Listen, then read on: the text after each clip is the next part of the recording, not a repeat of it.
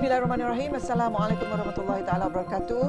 Berita Al-Hijrah 20 Rejab 22 Februari bersama saya Aziz Arifin dan berikut tajuk utama malam ini. Dilanggar MyV, pesara maut. Juga menara pemancar tumbang, jemaah terkejut.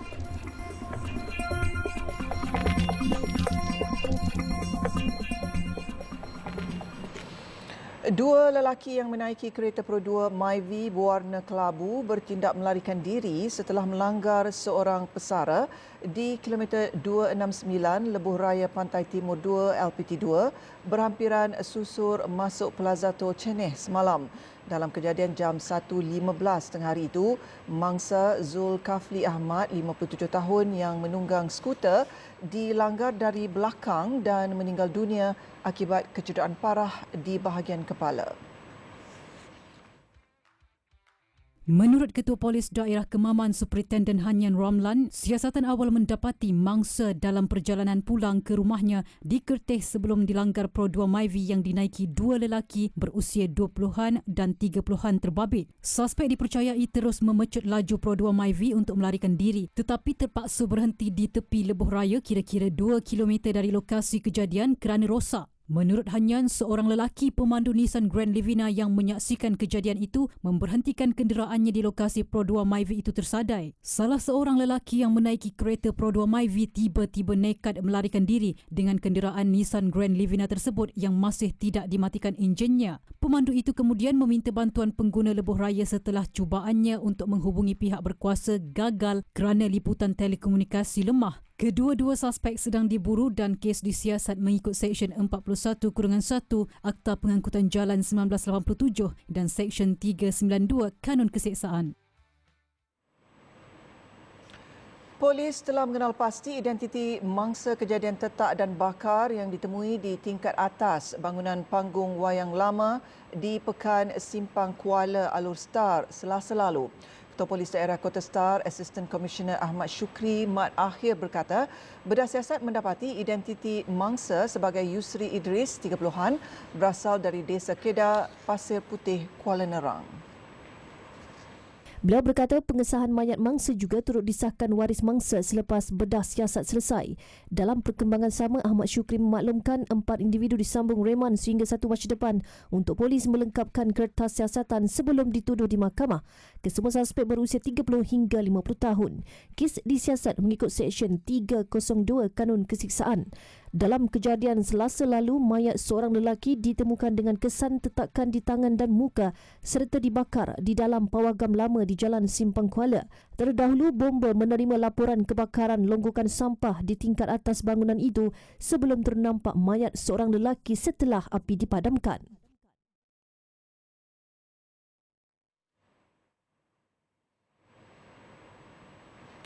Seorang penganggur dihadapkan ke Mahkamah Majistret Gua Musang hari ini atas pertuduhan membunuh ibu tirinya di dalam bilik di sebuah rumah di Kampung Batu Macang, Jerek, Gua Musang minggu lalu. Tertuduh Abdul Aziz Abdullah, 33 tahun yang juga pemegang kad orang kelainan upaya OKU mental, hanya mengangguk faham selepas pertuduhan dibacakan. Mengikut pertuduhan, Abdul Aziz didakwa membunuh dengan menyebabkan kematian ke atas Rahana Abdul Razak, 55 tahun. Kesalahan itu dilakukan olehnya di dalam bilik sebuah rumah di Kampung Batu Macang, Jerik, Gua Musang kira-kira pukul 3.30 hingga 4.30 petang pada 16 Februari lalu. Tertuduh didakwa mengikut Seksyen 302 Kanun Keseksaan yang memperuntukkan hukuman mati mandatori jika sabit kesalahan. Pendakwaan dikendalikan Timbalan Pendakwa Raya Asmah C1 manakala tertuduh tidak diwakili peguam. Mahkamah menetapkan 21 April depan untuk sebutan semula kes sementara menunggu laporan kimia dan hasil bedah siasat mangsa. Media sebelum ini melaporkan angkara pil kuda seorang lelaki sanggup membunuh ibu tirinya dengan cara memenggal kepala mangsa menggunakan sebilah parang dalam kejadian di Kampung Macang, Jerik, Gua Musang. Dalam kejadian kira-kira pukul 4.55 petang itu, mangsa ditemui dalam keadaan menyayat hati dengan leher terputus di dalam sebuah bilik rumah 5 beranak itu. Kejadian itu diketahui selepas suspek datang menyerah diri di Balai Polis Bertam, Gua Musang dan mengaku telah membunuh ibu tirinya dengan parang. Kira-kira 44 individu diberi notis kompaun RM250 seorang kerana melakukan kesalahan merokok di premis makanan dalam operasi bersepadu di sekitar ibu kota malam semalam. Pengarah Bahagian Kawalan Penyakit Kementerian Kesihatan Malaysia, Datuk Dr. Nur Hayati Rusli berkata 262 premis makanan diperiksa sepanjang operasi di sekitar Bukit Bintang, Bangsar dan Jalan Alor. Menurut Datuk Dr. Nur Hayati, jumlah kompaun sehingga RM11,000 itu dikeluarkan ke atas notis kesalahan mengikut Peraturan 11 Peraturan Kawalan Hasil Tembakau PPKHT 2004. Manakala 8 notis membabitkan nilai kompaun RM4,000 dikeluarkan kepada pemilik premis mengikut Peraturan 12 PPKHT 2004 kerana tidak mempamerkan tanda larangan merokok. KKM amat serius lah dan juga begitu komited dalam memastikan kita dapat mengurangkan mereka yang merokok dan juga daripada mereka belum merokok daripada mula mengisap rokok, dan dengan ini kita dapat mengurangkan risiko daripada kesampingan daripada merokok dan sebagainya, ya. Tegasnya, KKM serius menangani masalah merokok dan Akta Baharu yang sedang digubal akan dibentangkan tidak lama lagi. Akta Baharu itu turut melarang generasi lahir pada 1 Januari 2005 dan seterusnya memiliki serta membeli sebarang produk merokok. Katanya, penguatkuasaan kepada pematuhan larangan merokok di tempat makan akan dijalankan secara berterusan. Sebarang aduan berkaitan merokok di tempat awam boleh disalurkan melalui aplikasi WhatsApp di talian 010 8608 949. Jemaah Surau Jumaat Al-Ansar Bandar Seri Botani Ipoh yang sedang menunaikan solat asar petang semalam dikejutkan dengan kejadian menara stesen pemancar telekomunikasi tumbang.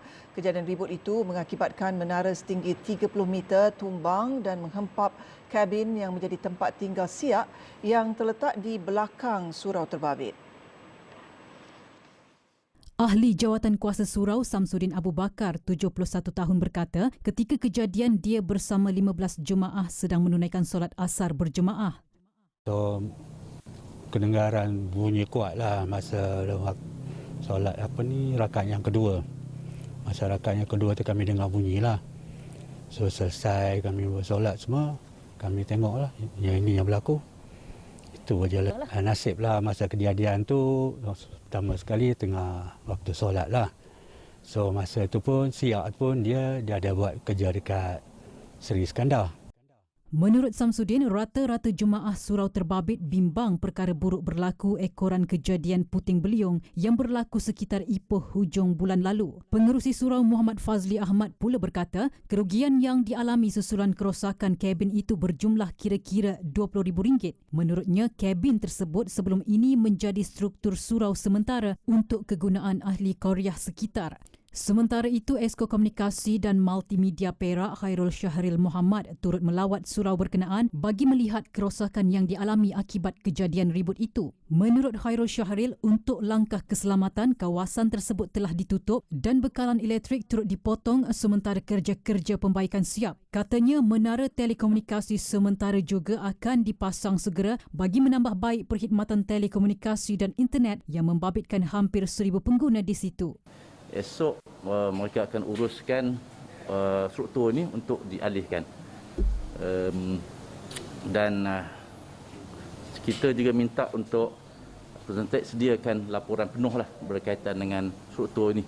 Jadi hari ini memang kita tak dapat nak dapat maklumat detail lah, tapi lebih kepada maksudnya pihak pakar engineer syarikat akan maklumkan berkaitan dengan laporan penuh tentang punca dan sebagainya. Walaupun asasnya puncanya kita dah tahu. Katanya pemilik menara telekomunikasi juga akan berbincang dengan pihak surau bagi melihat bentuk ganti rugi yang boleh disalurkan kesan kejadian tersebut. Kerja-kerja pembersihan dan pemasangan semula menara telekomunikasi yang baharu dijangka memakan masa kira-kira 3 bulan.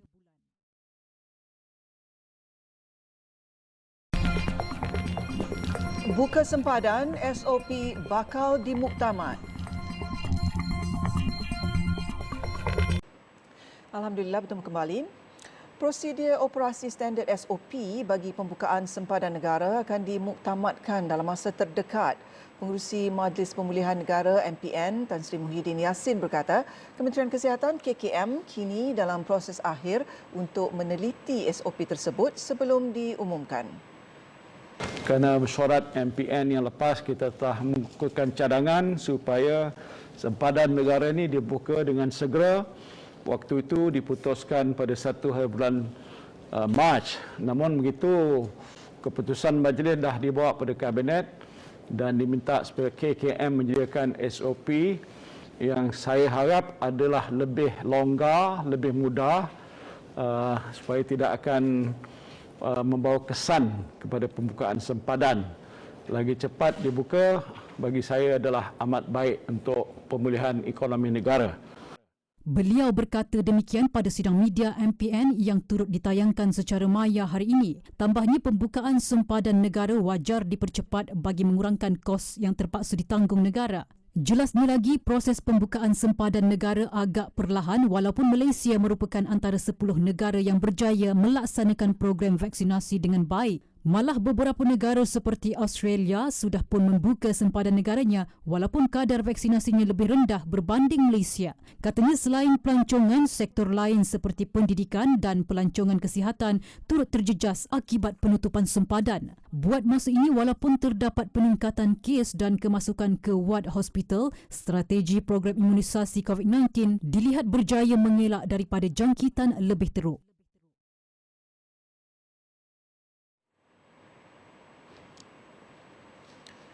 Dalam pada itu, Menteri Pelancongan, Seni dan Budaya Datuk Seri Nancy Shukri menyarankan orang ramai untuk berfikiran positif dan tidak lagi bersembunyi di sebalik ancaman COVID-19. Ia susulan negara dijangka akan membuka sempadan dalam masa terdekat demi merancakkan sektor pelancongan yang terjejas teruk akibat pandemik. Kita perlu menjadi katalis lah untuk menunjukkan semangat untuk membuka semula sektor pelancongan dan ekonomi di Malaysia ini. Kalau tengok orang lain semua dah buka, masing-masing bertanya dengan saya bila lagi kita buka. InsyaAllah lah kalau lepas beberapa tak lama lagi lah saya rasa negara akan membuka kepada sempadan kita akan membuka. Jadi keadaan perlu kita biasakan diri kita dengan bagaimana kita nak mengurus COVID ni. Orang nama corona ni kita perlu cari jalan untuk diri kita sendiri. Jelasnya sudah tiba masanya Malaysia melangkah ke hadapan untuk memantapkan keuangan negara meskipun jangkitan COVID-19 masih belum reda. Tambah beliau lagi, masyarakat juga seharusnya sudah boleh menyesuaikan diri dengan virus COVID-19 kerana banyak panduan telah diberikan oleh kerajaan dalam mengekang penularan tersebut. Beliau berkata demikian kepada sidang media selepas merasmikan Majlis Serlahan Seni Budaya 2022 Anjuran Jabatan Kebudayaan dan Kesenian Negara JKKN serta pelancaran kalender Seni Budaya 2022 di Auditorium Kompleks JKKN, Wilayah Persekutuan, Kuala Lumpur petang tadi.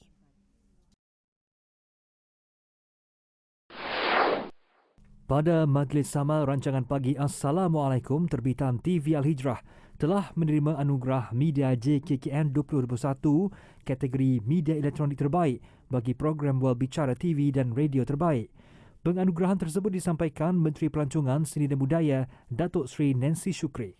Kami juga menyalurkan info-info berkaitan dengan SOP terkini bahagian pelancongan buat penonton-penonton Assalamualaikum dan TV Al-Hijrah supaya kita dapat sama-sama menyemarakkan lagi kita punya industri pelancongan dan di samping itu masih lagi menjaga tata susila SOP dan sebagainya.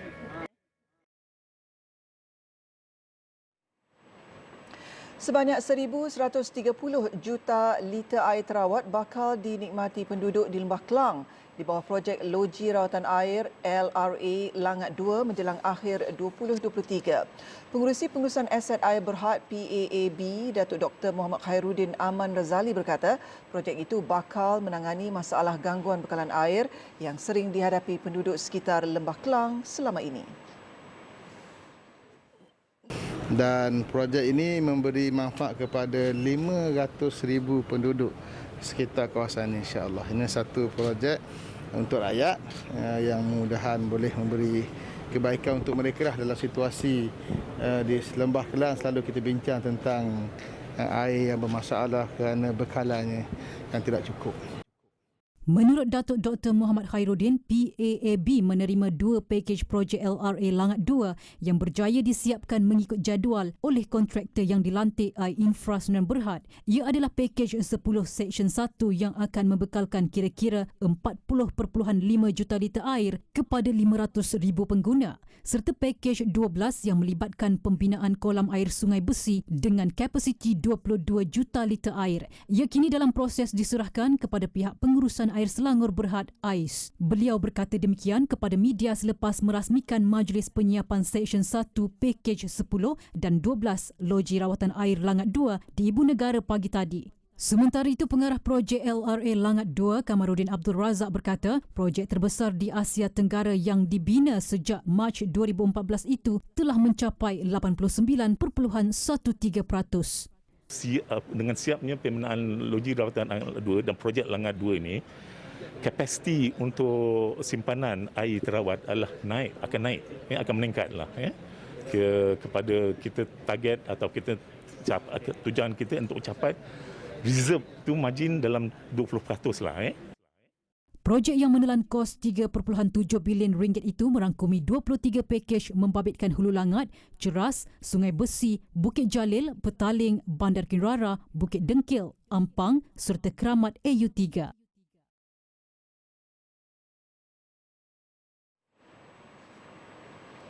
Memorandum Persefahaman MOU antara Malaysia dan Indonesia berhubung kemasukan Perkhidmatan Domestik Indonesia PDI yang membabitkan pembantu rumah dijangka akan dimeterai dalam tempoh terdekat. Menteri Sumber Manusia Datuk Seri M. Saravanan berkata, ia berikutan beberapa isu berbangkit juga sudah selesai dibincangkan dan akan dibawa ke Kabinet untuk mendapatkan persetujuan.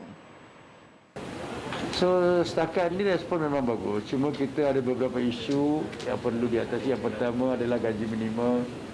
Yang kedua dari segi skop kerja. Dan yang ketiga menggunakan sistem yang sah. Ketiga-tiga ini kita telah bersetuju. Dan saya akan bawa ke Kabinet esok. Kalau Kabinet dah setuju, kita akan dipanjangkan ke Jakarta untuk menentukan tarikh menandatangani. Beliau berkata demikian ketika sidang media selepas Majlis Pelancaran Kempen Mencarum Perkeso Usahawan Tekun di Johor Bahru hari ini. Turut hadir Menteri Pembangunan Usahawan dan Koperasi Tan Sri Nuh Omar. Dalam perkembangan lain, Datuk Seri Saravanan berkata cadangan menetapkan gaji minimum RM1,500 juga dalam peringkat akhir mendapatkan persetujuan Kabinet. Beliau berkata kementerian tetap dengan cadangan supaya ia dilaksanakan serta-merta. Perdana Menteri, walau bagaimanapun keputusan akhir bergantung pada Jemaah Menteri mengambil kira pelbagai faktor. Tetapi cadangan saya adalah untuk menguatkuasakan dengan serta-merta tetapi memberi ruang kepada pihak industri sepanjang tahun. Menurut beliau, gaji minimum perlu dinaikkan kepada RM1,500 memandangkan kerajaan menawarkan 600,000 peluang pekerjaan dan sekiranya gaji minimum masih di tahap rendah, rakyat tempatan tidak akan berminat dengan peluang pekerjaan ditawarkan memandangkan banyak sektor lain terutamanya gig ekonomi yang boleh menawarkan gaji lebih besar kepada rakyat. Selain itu, katanya sasaran menetapkan kurang daripada 15% kebergantungan kepada pekerja asing dalam masa 10 tahun akan datang juga tidak akan tercapai sekiranya gaji minimum tidak dinaikkan kerana tidak dapat menarik minat rakyat tempatan untuk bekerja.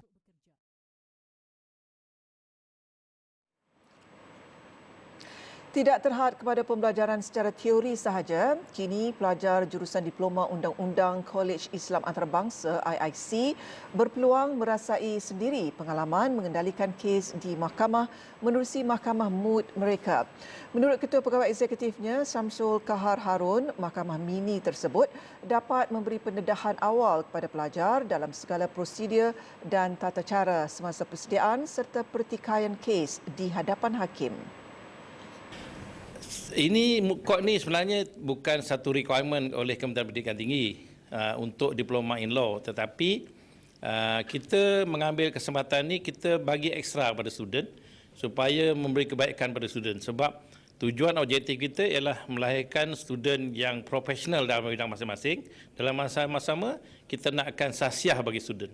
Jadi MUKOK ni adalah salah satu daripada tempat untuk mereka berkarya, bekerja dan sebagainya lah. Tambahnya, pembinaan Mahkamah MUD tersebut dilihat dapat memberi nilai tambah kepada graduan mereka susulan kolej tersebut merupakan satu-satunya institusi yang menawarkan jurusan Diploma Undang-Undang dengan dilengkapi dengan infrastruktur serba lengkap. Beliau berkata demikian selepas majlis perasmian Mahkamah MUD Kolej Islam Antarabangsa yang disempurnakan oleh Timbalan Menteri di Jabatan Perdana Menteri Tugas-Tugas Khas Datuk Mastura Muhammad Yazid di Ibu Negara. Program Diploma Undang-Undang Kolej Islam Antarabangsa telah ditubuhkan sejak tahun 2019 dan mendapat akreditasi penuh pada tahun 2021.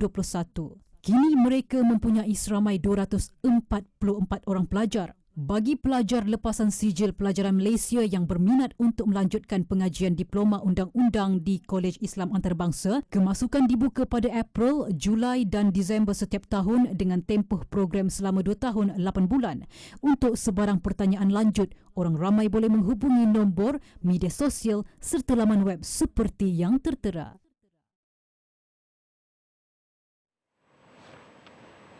Berehat seketika dari kesibukan rutin harian sambil mensyukuri keunikan Malaysia. Kunjungi dan terokailah tempat-tempat menarik dalam negara yang mampu memberi kedamaian, ketenangan dan pengalaman baru yang berbeza bersama keluarga tercinta. Jangan lupa patuhi SOP ketika melancong. Jom cuti-cuti Malaysia, segalanya ada di sini.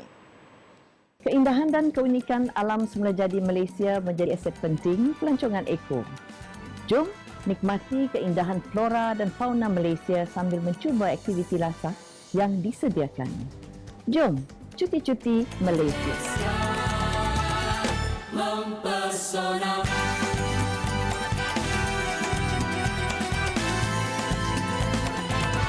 Cuti-cuti Malaysia.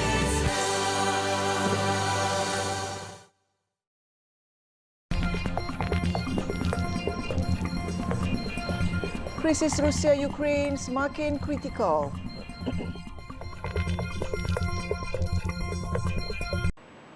Alhamdulillah, bertemu kembali. Kita ke laporan luar negara. Tindakan Presiden Rusia Vladimir Putin yang mengiktiraf wilayah Donetsk dan Lugansk sebagai wilayah merdeka mengeruhkan lagi krisis antara Ukraine dan Rusia. Memberi reaksi terhadap pengumuman itu semalam, Presiden Ukraine Volodymyr Zelensky menuduh Rusia memusnahkan usaha damai dan dilihat boleh mencetuskan krisis peperangan. Selepas pengiktirafan itu, Vladimir Putin semalam turut mengarahkan tentera Rusia bertindak sebagai pasukan pengaman di 2 wilayah yang dikuasai pemberontak sebelum ini. Pengiktirafan republik tersebut mencetuskan kecaman antarabangsa termasuk dari Amerika Syarikat dan Kesatuan Eropah. Malah Rusia berisiko dikenakan pelbagai sekatan. Susulan pengumuman terbabit, anggota Majlis Keselamatan Pertubuhan Bangsa-Bangsa Bersatu UNSC mengadakan mesyuarat tergempar untuk mencari jalan penyelesaian kerana ia berisiko mendatangkan kesan di peringkat serantau dan global. Mesyuarat itu turut mencadangkan agar kedua-dua negara memilih jalan damai. Reaksi sama turut diberikan Zelensky agar kemelut tersebut diselesaikan secara diplomasi. Malah kerajaannya juga tidak takut untuk berdepan dengan situasi itu, memandangkan kerajaannya tidak melanggar mana-mana perjanjian mahupun undang-undang. Pentadbiran Zelensky menyuarakan kekecewaan terhadap keengganan Barat untuk mengenakan sekatan awal selepas Rusia mengumpulkan lebih 100,000 tentera berhampiran sempadan Ukraine dalam beberapa minggu kebelakangan ini. Sementara itu, utusan US ke PBB Linda Thomas Greenfield berkata AS akan mengambil langkah selanjutnya demi memastikan Rusia bertanggungjawab atas pelanggaran undang-undang antarabangsa dan mencemari kedaulatan dan integriti wilayah Ukraine. Dua wilayah itu sebelum ini dikuasai kumpulan pemberontak yang disokong Rusia. Malah Rusia dalam tempoh beberapa bulan lalu mengerahkan puluhan ribu tentera ke wilayah berhampiran sempadan Ukraine dengan Barat menyatakan Moskow merancang untuk melakukan serangan pada bila-bila masa.